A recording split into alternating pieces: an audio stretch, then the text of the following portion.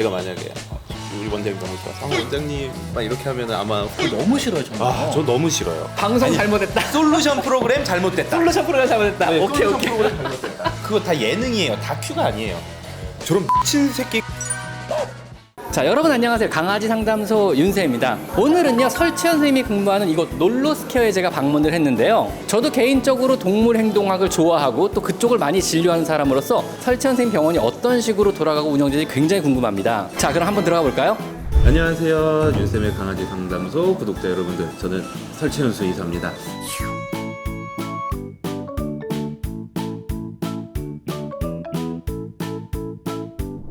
여기가 설치현 선생님이 주로 이제 촬영을 하기도 하고 상담을 하는 그런 공간이죠? 네, 제 진료실입니다. 와, 대기업 무슨 이사님 방 같아요, 지금. 아, 이게 처음에 할 때 네. 저도 그 정신건강의학과처럼 좀 강아지들이 움직이는 모습, 그리고 이 안에서 제가 직접 뭔가 좀 트레이닝도 해보고 하기 때문에 좀 넓은 공간이 필요해서 좀 이렇게 해놨습니다. 사실 여러분은 잘 모르겠지만 많은 수의사들이 설치현 선생님을 지지하고 하고 기대가 커요. 왜냐하면 가장 일선에서 어떤 뭐랄까 수의학적 지식을 널리 알리고 있고, 그다음 너무 훈련사 위주로 편향된, 즉 잘못된 지식을 많이 교정을 해주고 계세요. 거기서 받는 부담감은 없으시냐? 아, 있죠. 그러니까 저는 사실 근데 부담감보다 어떻게 하면 더 잘 이것을 보호자분들이나 대중분들한테 이해시킬 수 있을까? 훈련으로는 안 된다. 안 되는 건 아니죠. 뭐 훈련만으로는 안 된다. 그렇죠. 그런 아이들이 너무나도 많다. 그리고 그렇게 쉽게 고쳐지지 않는다. 방송에서 보여주는 것처럼 뭐 일주일 만에 좋아지지 네, 않는다. 그런 거를 어떻게 대중분들한테 좀 알릴 수 있을까가 더 부담이 많이 되는 것 같고, 그런 거 고민해서 스트레스를 많이 받기는 해요. 그런 방송의 피해를 수의사들이 많이 봐요. 왜냐면 저만 해도 그런 상담 오면은 아, 얘는 평생 약 먹어야 됩니다 하면 뒤도 안 들고 그냥 나가버리세요. 돌팔이라 그러고. 네, 제가 항상 얘기해요. 실제로 제가 강의할 때도 얘기를 하는 거고, 방송에서 솔루션 프로그램은 믿으면 안 돼요. 방송은 방송이고 그거 다 예능이에요. 다큐가 아니에요. 방송 아니, 잘못했다. 솔루션 프로그램 잘못됐다. 솔루션 프로그램 잘못했다. 네, 오케이 솔루션 오케이. 프로그램 잘못됐다. 저는 제가 그렇게 얘기하고 다니고 저희 PD님들한테도 맨날 얘기해요. 이거 우리 방송 때문에 폐해도 많다. 저는 실제로 새나개에서 그래서 구조하고 행복한 애들도 보여주고, 제가 항상 얘기하는 게 이걸로 끝이 아니에요. 꾸준히 하셔야 돼요. 연락 주세요. 이런 것도 방송에서 계속 나오고, 물론 제가 가서 처음에 좀 보여주면 얘네들이 잘할 것 같은 모습을 보이지만 그게 계속 바뀌는 게 아니란 말이죠. 그렇죠. 엄청나게 꾸준히 하고 왔다 갔다 하고 힘든 과정들이 있는 건데, 거기다 약 쓰는 솔루션은 잘 안 나오는 것 같더라고요. 저 요즘은 많이 나와요. 처음에 갔을 때 막 분리불안이나 이런 거 약 먹어야 된다고 하면 PD님들이 막 이랬거든요. 요즘은 약 준비해서 먹이는 걸 찍어요. 그래서 요즘 새나개에서는 꼭 대부분 뭐 분리불안이나 약 필요한 경우에는 오히려 약을 먹이는 것을 PD님들이 더 원하시는 편이고. 근데 많은 행동학 케이스에서 사실 약물 없이 어떤 훈련만으로 좋아지는 경우 진짜 드물지 않나요? 약물 없이 좋아지는 경우는 솔직히 이런 경우죠. 감정이 껴있지 않은 문제 행동. 그냥 버릇이 없는 거잖아요. 그거. 그렇죠. 불안, 두려움, 뭐 이런 감정이 껴있지 않은 상태에서 그냥 배워보지 못한 애들은 알려주면 그걸 바꿀 수는 있어요. 그러니까 쉽게 말하면 예절 교육은 가능하지만 그렇죠. 그 이상은 약물 개입이 필요한 거 아닌가요? 그런 경우가 상당히 많죠. 걔들은 사람 사회에서 살면서 우리보다 훨씬 더 큰 스트레스를 받을 수밖에 없어요. 문을 열고 나오실 때 어디 나오는지 모르고 나오신 분 계세요? 다 알고 나오잖아요. 다음 상황을 예상을 못하는 것도 크죠. 네, 근데 강아지들은 우리와 함께 하면서 다음 상황을 예측하지 못하는 경우들이 많고, 그 예측 불가능성으로 인한 불안과 두려움들이 진짜 크단 말이에요. 그렇죠. 또 하나는 우리는 뭔가 가르칠 때 이유를 설명해주고 그죠. 하잖아요. 너 이거는 이래서 잘못된 거기 때문에 이래야 돼. 그래도 안 하는데 걔들한테는 그거 설명도 못해요. 그러면 결국에는 가장 근본적인 감정, 얘 뭐 육구불만이나 아니면 불안이나 이런 거를 사그라들게 해서 행동을 변화시키는 게 가장 효율적일 수밖에 없기 때문에, 사실 저는 사람보다 훨씬 더 약물 처방이 많이 필요할 수밖에 없다. 이걸 그렇죠. 교육으로 가르쳐 주는 거는 엄청나게 한계가 있다라고 얘기를 하죠. 그리고 이거 진짜 중요한 게, 보호자 탓 많이 하세요? 그것도 문제예요. 저는 방송 보면서 제일 싫었던 게 보호자가 잘못 키워서란 말이 너무 많이 나오는 거예요. 나 그거 너무 싫어요, 저는. 저 너무 싫어요. 저는 그래서 보호자 탓을 많이 하지 않아요. 실제로 보호자가 정말 잘못했을 때만 얘기를 하고요. 많이 보면 70 이상은 그냥 유전적으로 결정돼 버리는 타고난 거예요. 거잖아요, 네, 그냥. 타고나 버린 거고, 이거는 연구 결과가 다 있습니다. 실제로 어떤 유전자에 문제가 생겼을 때 공격적인 성향이 더 나타날 가능성이 높은지, 그거를 보호자가 열심히 노력을 하면 어느 정도 보완은 할 수 있겠지만, 그렇다고 완벽하게 바꿀 수는 없고, 그런 유전자에서 못하는 일, 얘가 이게 변이돼서 다른 아이들과는 다르게 못하는 일들을 약으로 추가를 해줘야지만 얘네들이 마음이 편해지는 거고, 이거 사람 편하자고 하는 게 아니잖아요. 사실 그런 것들이 뇌에서 다양한 신경전달물질의 부족에서 오는 네. 증상들이잖아요. 그래서 타협을 시키고, 얘가 원래 이런 아이기 때문에 우리가 이 정도는 타협하면서 이렇게 솔루션을 해서 행복하게 살자, 이런 걸 얘기해 줄 수 있어야 된다는 거죠. 그리고 저는 막 방송이나 유튜브나 이런 데 보면은 강아지들의 행동에다가 자꾸 의미 부여하는 그렇죠. 얘기들 많이 나오잖아요. 제가 만약에 우리 원장님 너무 좋아서 원장님 막 이렇게 하면은 아마 저렇게 옆에 사람한테 손을 올리는 행동은 서열이 높은 동물이 낮은 동물한테 하는 겁니다. 다 이런 식으로 의미 부여를 해. 난 좋아가지고 우리 원장님 좋아요 뭐 하고 막 이러는데 뭐든지 다 서열 갖다 붙이고, 왜 훈련사가 아니고 왜 자꾸 애니멀 커뮤니케이터가 되고 있을까? 여기서 한마디만 해도 제가 말을 자꾸 안 믿어서 그러는데 강아지와 사람은 서열없다 한마디만 좀 해주시죠. 이 예시 들면 다들 알아요. 만약에 강아지들이 우리 보호자들을 공격하거나 짜증내거나 하는 모습이 서열적인 문제라면요, 전 지구인은 자기 부모님보다 서열 높은 거예요. 결국엔 소통이 안 돼서 얘는 이해하지 못하는 행동을 보호자가 억압적으로 계속 하려고 했을 때 얘는 싫다라고 표현을 하는데 그게 관철되지 않을 때 화를 내는 거잖아요. 그거 우리 엄마 아빠한테 화낼 때랑 똑같아요. 종이 다른 동물 간에는 서열을 구분하지 않습니다. 네. 기본 원칙이잖아요. 걔는 맞아야 돼. 그거는 그냥 학습성 무기력증을 만들어서 아무 행동도 안 하게 하는 거지, 걔들한테 도대체 어떤 행동을 해야 되는지를 알려주지를 못해요. 만약에 억압적으로 하는 방법이 통하면 동물병원에 오는 강아지들은 오면 올수록 진료를 잘 봐야 돼요. 명분 있게 동물을 강하게 제압을 해도 되는 곳은 동물병원이거든요. 치료를 하는데 얘가 움직이게 되면 다칠 수 있기 때문에 우리는 보정이라는 걸 하잖아요. 그리고 보정이라는 거 할 때는 좀 강하게 꼭 안고 있는다거나 누르고 있다거나 하는 경우들을 많이 하게 되는데, 만약에 우리가 흔히 아는 그런 제압적인 방법들이 효과가 있다라고 한다면 강아지들이나 고양이들이 병원에 오면 올수록 더 진료를 잘 보고 수의사들은 편해져야 돼요. 증명이 다 돼 있어요. 그런 방법으로는 해결이 안 된다라는 게. 그래서 제가 얘기하거든요. 솔직하게 고양이나 강아지들한테 가장 미친놈 1순위는 수의사고요, 2순위는 무용사예요. 말이 안 통하잖아 둘 다. 네. 아니, 아픈데 더 아프게 얘네들 입장에서는 말도 안 통하고 자기가 분명히 신체 언어를 사용해서 하지 말라고 얘기도 했고 다가오지 말라고 얘기도 했고 더 가까우면 싸운다고도 얘기했는데 말이 안 통한 또라이들인 거지. 그쵸. 우리는 얘 살리려고 하는 거지만 우린 직업이 또라이인 거야. 그러니까. 그렇죠. 맞아. 얘들한테는. 동물들한테는 우리는 진짜 저런 미친 새끼.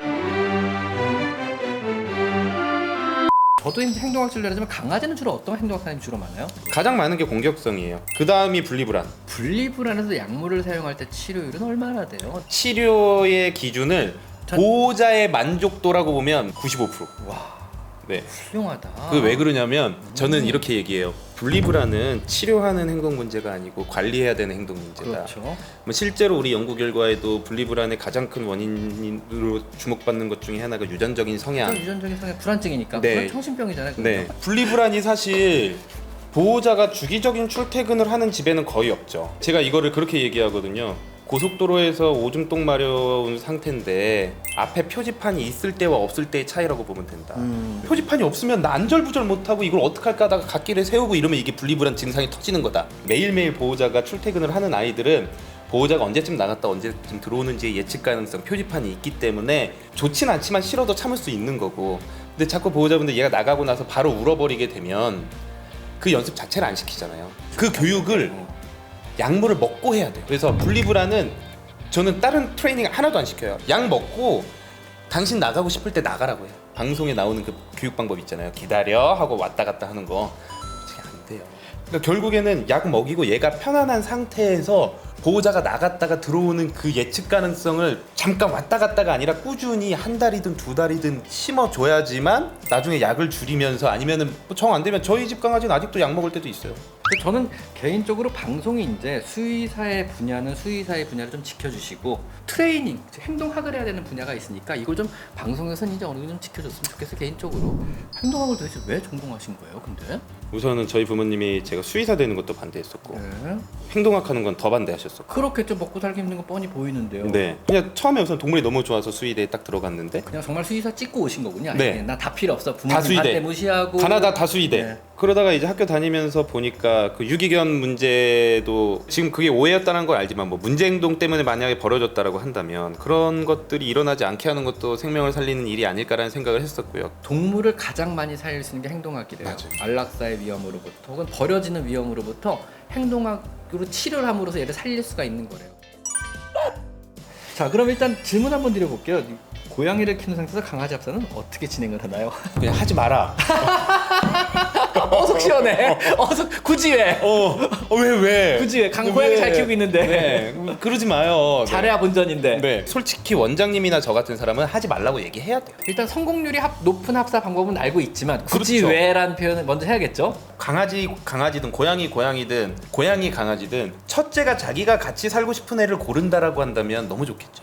근데 그게 아니잖아요. 다 여러분들 보호자분들이 자기가 이쁘고 키우고 싶은 아이들을 데리고 오잖아요. 그러면 얘네들이 사이가 나쁘면 그건 뭐 돌이킬 수 없는 이건 뭔가요? 강아지가 고양이 엉덩이를 자꾸 빨고 물고 찝찝이 하려고 그러는데요. 노는 거죠. 뭐. 노는 내 거죠? 입장에서 제가 이제 가장 얘기하는 게 우리 어렸을 때도 저도 그랬지만 초등학교 때는 우리 여자친구들 막 툭 치고 도망다니고 고무줄 놀이 할 때 고무줄 끊고 도망가고 그래서 그런 놀이랑 되게 비슷한 거죠. 어떻게 보면 빠르게 돌아다니는 고양이나 이런 것들이 되게 내가 쫓아가야 되는 대상이죠. 대상 유전적으로 아니면 또 체이싱 본능이 있으면 이게 스위치가 그냥 팍 하고 온이 돼버려서 나도 모르게 쫓아가고 살짝 무는 모습들이 보일 수 있는데 어차피 지금 하지 말라고 한다고 해서 지금 없어지지는 않을 거예요. 하지만 나중에 조금 더 성장하고 사회적으로도 성장해서 이건 하면 안 되는 행동인지를 인지하게 하기 위해서 지금부터 안 된다라고 표현은 필요하다. 공원에도 차 타고 가면 빨리 내려달라고 하시는데 이젠 집 주차장에 차 타고 뭐 다른 산책 장소 이외 곳을 가기만 해도 차가 쓰면 짖기 시작한대. 이런 건 어떻게 고쳐야 되나요? 이거는 아는 거예요. 얘가 내가 내려야 될 때를 예측을 하는 거군요. 예측해요. 그래서 후진 아니면 예전에는 사이드 브레이크 긱. 네. 요즘은 없죠. 요즘은 거의 없잖아요. 근데 예전 몇 년 전만 해도 이제 그런 차들 좀 있었기 때문에 사이드 브레이크와 후진에 그렇게 반응을 많이 하는데 저는 이제 이거를 이 행동을 고치려고 하기 전에 생각해봐야 되는 게 차를 태울 때 강아지가 어디 있어야 되냐는 거예요. 그죠. 어렸을 적에 저는 카시트를 한 번도 타본 적이 없어요. 저도 그래요. 근데 요즘은 애기들 카시트에 안 태우면 이건 과태료 대상입니다. 과태료 대상이고 큰 문제잖아요. 네. 근데 저는 나중에 강아지도 그렇게 될 거라고 생각을 해요. 저도 야, 그렇게 어떻게 생각합니다. 강아지를 카시트에 안 태워? 위험하잖아. 아, 맞다. 개인적으로 카시트라고 나오는 것들 지붕 없는 것들 어떻게 생각하세요? 아, 전 별로라고 말도 안 생각하죠. 되는 거죠. 네, 네. 지붕이 당연히 있어야 되고 안전벨트 골이 단단히 고정이 되는 형태가 네. 제대로 된 카시트겠죠? 요즘 아이소픽스까지 연결돼서 나오는 것들 그렇죠, 그렇죠, 만약에 그렇죠. 아이소픽스나 안전벨트가 없다라고 한다면 사실 가장 안전한 공간은 어디일까요? 조수석에 사람이 타지 않으면 조수석 발밑 공간이에요. 진짜 소형견이라면 조수석을 조금 뒤로 빼서 조수석 밑좌석에 놓으면 사고가 났을 때도 날아가지 않는다거나 그리고 가장 안전한 공간에 있을 수 있어서 후진할 때도 조금 짖어도 그 안에 있으면 충분히 좀 컨트롤이 가능하기 때문에 그리고 안전벨트라고 있는 것들이 있잖아요. 네. 그거 유튜브에 강아지 그 충돌 테스트 한 거 한번 찾아보시면 나오는데요. 우선 목줄하고 강아지 안전벨트 하면 쟤네 애들 죽이는 죽는 거죠. 거고요. 그 사람 안 다치려고 하는 거죠. 그건요. 교수형 당하는 네. 거고 하네스도 안전벨트 하고 하면 시중에 파는 것들 시속 50km 이상 충돌되면 다 끊어져요. 그래서 그렇게 안전하지 않습니다. 카시트가 제일 안전하고 네. 지붕에는 튼튼한 형태의 카시트 제대로 만든 것들 좀 나왔으면 좋겠습니다. 개인적으로 네. 롤러에서 만들어도 좋을 것 같아요. 산책을 하루 2번 15분 내외로 가는 것과 하루에 한 번 3, 40분 내외로 가는 것 중에 선택을 해야 한다면 하루 2번 15분이냐 하루 한 번 3, 40분이냐. 저라면 2번 나갈 것 같아요. 저라면은 2번 나가는데 그냥 30분씩 2번 가요. 그렇죠. 그게 제일 굳이 좋죠. 왜? 굳이 왜? 뭐 관절염 환자가 네. 아니라면은 본인이. 그게 제일 좋죠. 네. 독일 같은 경우에는 이걸로 처벌을 하진 않지만 명문화가 돼 있거든요. 하루에 2번 이상 산책을 안 하면 동물 학대로 명문화는 되어 있어요. 미국은 벌금 나오는 주가 있어요. 아, 미국은 벌금 나오는 주가 2개인가 3개인가 있는 걸로 알고 있어요. 얼굴에 빗질하는 걸 입질할 정도로 싫어하는 강아지가 있는 거예요. 네. 근데 테이블 위에 올려두면 애가 무서워서 가만히 있는데요. 그래서 그 상태에서 빗질도 하고 발톱도 가는데 계속 이렇게 하는 게 강아지한테는 적응을 해서 괜찮은 건지 아니면 이게 강아지 신상에 좋은 건지 나쁜 건지 궁금해서 물어봤어요. 강아지 공포심을 이용해서 또 헤들링을 하는 방법이잖아요. 네, 맞아요. 이건 동물병원에 오는 강아지들과 비슷한 거죠. 그렇죠, 그렇죠. 네, 병원에 오면 얌전한 강아지들. 얌전해지잖아요. 조심하셔야 될 게 뭐냐면요. 나중에 적응해서 위에서도 물어요. 왜냐면 공포라고 하는 거는 어느 정도 또 적응을 하는 경우들도 있기 때문에 공포 적응 3단계 있잖아요. 첫째 네. 프리즈 얼어버린다. 지금 얼어버린 단계고요. 네. 두 번째 런어웨이 도망가려 네, 그런다. 도망가려고 안 되면 세 번째 파이트백 싸울라 네. 그런다. 그리고 너무 얼굴 빗질 자주 하지 마세요. 조금 들어도 돼요. 굳이 왜? 그러니까 얘 입장에선 얼굴 빗질 왜 해야 되는지 몰라요. 그런데 보호자는 어렸을 때부터 계속 내가 하지 말라고 싫어하는 걸 억지로 하려고 하고 있어요. 그러면 이게 매일매일 지속되면 그게 만성 스트레스가 돼버릴 수밖에 없는 거죠. 내가 필요성을 못 느끼는 상태에서 우리가 하는 것을 계속 억지로 했을 때 보호자와 사이가 나빠지고, 이런 아이들의 특징이 이거 계속 하잖아요? 나중에 보호자가 손만 대려고 해도 싫어하는 경우가 많아요. 지금 먹을 거 너무 좋아할 거 아니에요. 그죠? 지금 바로 빗질이 아니라 한번 만져주고 사료나 간식 주고 뭐 2번 만져주고 하는 방법도 있고요. 만약에 그래도 힘들다 그러면 높은 데서 이걸 하면서 높이를 점점 낮춰볼 거예요. 높이를 낮출 수 있는 책상이나 이런 거를 가지고 우선 되는 데부터 시작해서 점점 낮춰서 나중에는 그냥 할 수 있도록, 지금 연습 안 하면 나중에 좀 힘들 것 같아요. 자, 이 질문도 재밌어요. 온 가족이 강아지는 서로 다르게 부른대요. 아빠는 꼬마야, 누구는 막내야, 누구는 네. 체리야, 누구는 제리야 이렇게 부른대요. 학습하는데 시간이 걸리겠죠. 네, 하나로 부르는 것보다 학습하는데 시간이 조금 더 걸리긴 하는데, 제가 느끼는 거는 다 알아듣긴 하더라고요. 시간은 걸리는데. 얼마 전에 재밌는 연구가 있었어요. 도대체 강아지나 고양이는 이름을 실제로 알아듣나? 이게 음소를 알아듣는 건지 단어를 알아듣는 건지, 그 자신의 이름의 의미나 뜻을 아는 건지에 대한 실험이 있었는데 실제로 알아듣는다 그러더라고요. 마지막으로요, 제 윤쌤의 강아지 상담소 채널 구독자들에 대해서 한 말씀 좀 부탁드립니다. 제 채널 구독자분들 대부분이 설치현 선생님의 놀러와 채널 구독자분들이기도 하시거든요. 아, 네네네. 그래서 한 말씀 꼭 좀 부탁드려요. 대부분 다 좋아하세요, 설치현 선생님. 아, 네. 오늘 저도 윤쌤이랑 이렇게 얘기를 하니까 시간 가는 줄을 몰랐습니다. 시간 되게 많이 네, 갔어요. 저 20분 얘기한 줄 알았거든요. 너무 재밌어서 저 자주 이제 선생님이랑 같이 한번 이렇게 네네 같이 하고. 라방도 같이 하고 이게 좀 자주 좀 만나 뵙고 여러분들을 찾아뵙도록 하겠습니다. 그리고 유튜브가 사실 정보들이 이게 맞는 건지 아닌 건지 되게 고민될 때 많잖아요. 그럴 때 놀러와나 우리 윤쌤의 강아지 상담소를 찾아주세요. 제가 하는 말이 방송에서 하는 말들하고 많이 다른 경우가 많아가지고 많은 분들이 거기서 지적을 많이 하시는데, 그래서 저랑 같은 목소리를 내주셔가지고 네, 오늘 좀 속 시원하셨죠? 네, 같은 방향에서 너무 좋아요. 너무 좋아요. 네. 진짜 든든하게 생각하고 있습니다. 고맙습니다. 네, 자, 오늘 여기까지만 할게요. 오늘 여기까지 강아지 상담소 윤쌤이었고요. 그 다음에 우리 설채연 수의사였습니다. 감사합니다.